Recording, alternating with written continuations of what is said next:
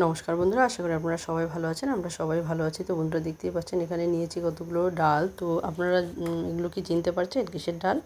তো যদি না চিনে থাকেন তাহলে অবশ্যই আমি বলে দিচ্ছি, এগুলো হচ্ছে সিমের বীজ। আমরা সাধারণত সিমের বীজ যে খাই সেই সিমের বীজেরই কিন্তু এটা শুকনো ডাল। মানে সিমের বীজগুলোকে পুরোপুরি শুকিয়ে নেওয়া হয়েছে, বাড়তি যে সিমগুলো থাকে সেগুলোর। তো এখন তারপর এটাকে ভেজে নিয়ে খোসা ছাড়িয়ে নেওয়া হয়েছে, সামগান বা উরুন গান যেটাই বলুন না কেন আপনারা। তারপর এটাকে ভালো করে খোসা ছাড়িয়ে নেওয়ার পর এই যে মিক্সচার মেশিনে আমি এখন দিয়ে দিচ্ছি। এখন যে মিক্সচার মেশিনের মধ্যে এটাকে ভালো করে একটা ছাতু তৈরি করে নিতে হবে। তো বন্ধুরা দেখতে পাচ্ছেন এখানে সমস্তগুলো কিন্তু আমি একসঙ্গে দিয়ে দিয়েছি। আর এই যে ছাতু তৈরি করে নিয়েছি, ছাতুটা কিন্তু একদম মিহি করিনি, একটু একটু কিন্তু যে লবণ যেরকম হয় না সেরকমই কিন্তু লবণের মতো একটু দানা দানা আছেও। আবার মানে কিছুটা পাউডার হয়ে গেছে, আবার কিছুটা কিন্তু একটু দানাদারও আছে। এরকমই দানাদার থাকতে হবে যাতে করে এটা খেতে ভালো লাগবে। তো এখানে দেখুন দুভাগে করে নিচ্ছি আমি। তো আমি কিন্তু এটা নিরামিষ এবং আমিষ দুভাবেই দেখাচ্ছি। তো দেখুন এখানে কিন্তু আমি এই যে কড়াইয়ের মধ্যে জল দিয়ে দিয়েছি, ঠান্ডা জল। আর ঠান্ডা জলের মধ্যেই কিন্তু এখানে আমি ডিমের বিচির যে গুঁড়োটা করেছি সেই গুঁড়োটা কিন্তু এখানে দিয়ে দিচ্ছি। তো প্রথমত কিন্তু এটা একদম পাতলা করে গুলিয়ে নিতে হবে, কারণ এটা কিন্তু যতটা সেদ্ধ হবে ততটাই এটা কিন্তু ঘন হতে থাকবে। তো বন্ধুরা দেখুন এখানে কিন্তু আরও জল আমি মিশিয়েছি, তো অনেকটাই কিন্তু জল দিয়ে মানে দিয়ে দিয়েছি। তো দেখতে পাচ্ছেন এখন কিন্তু অনেকটাই পাতলা মনে হচ্ছে, কিন্তু এটা যতটাই এটা জাল হবে, যতটাই মানে যত সেদ্ধ হয়ে যাবে ততই কিন্তু এই ডালটা কিন্তু ঘন হয়ে যাবে। তো বন্ধুরা যারা এখনও এইভাবে সিমের বীজ ডাল খাননি তারা অবশ্যই একবার খেয়ে দেখবেন, আশা করি ভালো লাগবে। এটা কিন্তু খেতে দুর্দান্ত হয়েছিল। তো বন্ধুরা দেখুন এখন এক এক করে কিন্তু সমস্ত উপকরণগুলো আমি এখানে দিয়ে দিব। তো প্রথমে স্বাদ মতো দিয়ে দিলাম আমি লবণ, এরপর কিন্তু এক এক করে সমস্ত মশলাগুলো দিতে থাকবো এখানে। আর এই যে ডালের যে জলটা দেখতে পাচ্ছেন এটাকে কিন্তু আমি 6 থেকে 7 মিনিট ভালোভাবে ফুটিয়ে নেব। তো বন্ধুরা দেখুন এখন আমি এখানে হাফ চামচ পরিমাণ দিয়ে দিলাম হলুদ গুঁড়ো।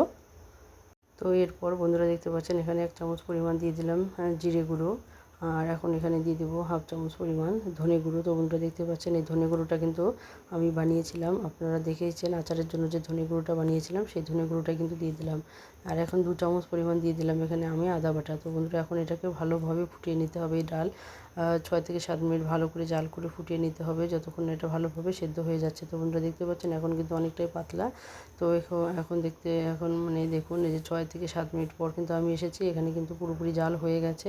তো এখনও কিন্তু ঝাঁকটা আছে, তো এটাকে অনবরত এভাবে নাড়তে থাকতে হবে যেন মানে পড়ে না যায়। এটা কিন্তু উথাল এসে পড়ে যাওয়ার সম্ভাবনা তো আছেই। তো এটা কিন্তু মিডিয়াম টু লো হিটে এরকম করে জাল করে নিতে হবে, নাহলে কিন্তু বারবার আর যেটা কিন্তু উথাল এসে পড়ে যাবে। তো উথাল বলতে আপনারা সাধারণত যে ভাতের যে ফ্যান দেখেন সেরকম ফ্যানের মতো কিন্তু এটা মানে উতলে আসে আর পড়ে যায়। তো অবশ্যই আপনারা মিডিয়াম টু লো হিটে এটাকে জাল করে নেবেন।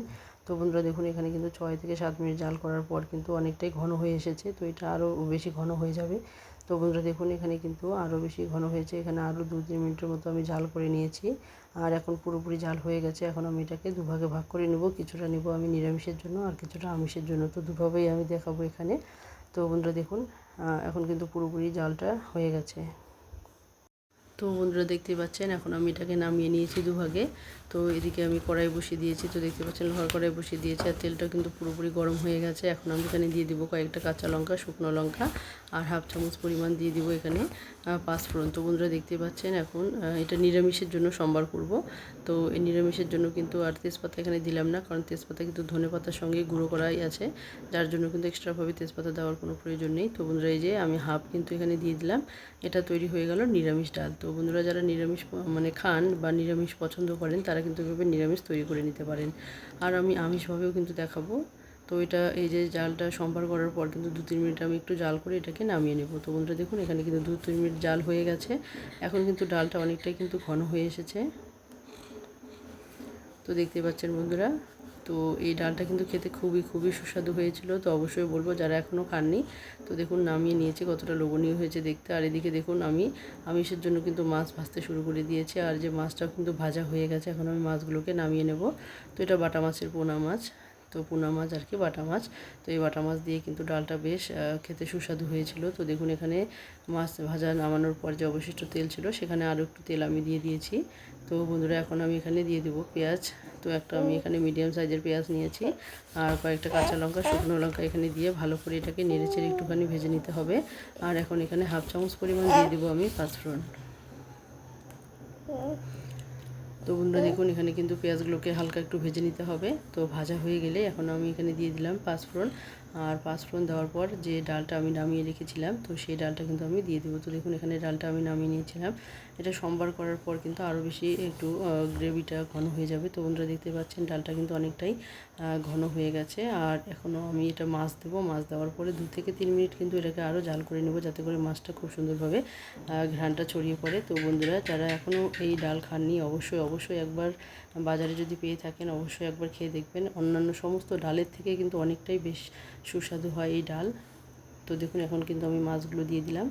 আর মাছ দেওয়ার পর কিন্তু 2 থেকে 3 মিনিট ভালো করে জাল করে নেব।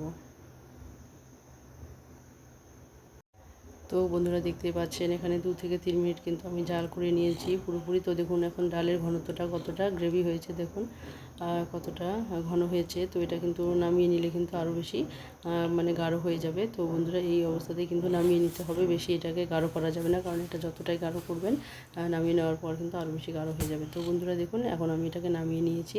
তো এটা দেখতে যেরকম সুস্বাদু হয়েছে, খেতেও কিন্তু ভীষণ সুস্বাদু হয়েছে। তো যারা প্রথম দেখছেন, যারা এখনও বন্ধু হননি, তারা অবশ্যই বন্ধু হয়ে বেল আইকনটিকে ক্লিক করে রাখবেন, তাহলে যে কোনো নতুন ভিডিও আসা মাত্র পৌঁছে যাবে আপনাদের কাছে। আর অবশ্যই একটি লাইক করতে ভুলবেন না, আর বেশি বেশি করে বন্ধু বান্ধবদের মধ্যে শেয়ার করে দিন, যাতে তারা ওই রেসিপিগুলো খেতে পারেন। আর পুরনো বন্ধু এবং নতুন বন্ধুরা যারা শুরু থেকে শেষ অবধি সঙ্গে আছেন, সবাইকে অসংখ্য ধন্যবাদ এবং সবার প্রতি রইল অনেক ভালোবাসা। তো বন্ধুরা আজকে এখানে শেষ করে দিচ্ছি, আবারও চলে আসবো নতুন কোনো রেসিপি নিয়ে।